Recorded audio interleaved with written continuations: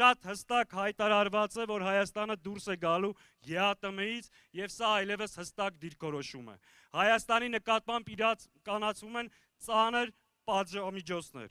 Այսօր ինչ է հայտարարել այս խեղկատակը, որ վաղը կառավարության նիստում կհաստատվի մի նախագիծ, որով կսկսի սուբսիդավորել գյուղատնտեսական որոշ ապրանքներ։ Լավ, ինչի է այնց արեցիր, որ այսօր արգելվում է այս ապրանքների արտահանումը, հիմա էլ ասում ես կսուբսիդավորեմ։ Ում միջոցներով ես սուբսիդավորելու։ Հորդ տնից ես բերում այդ միջոցները։ Ձեր հաշվին փորձելու է սուբսիդավորի իր հերթական հիմարությունների համար։ Էլի կրկին դուք եք վճարելու, Ժորժ ջան։ Կամ ասում է ամսի 7-ից հետո կգնամ ԵԱՏՄ, այդ հարցերը կլուծեմ։ Լուծողը լուծեիր։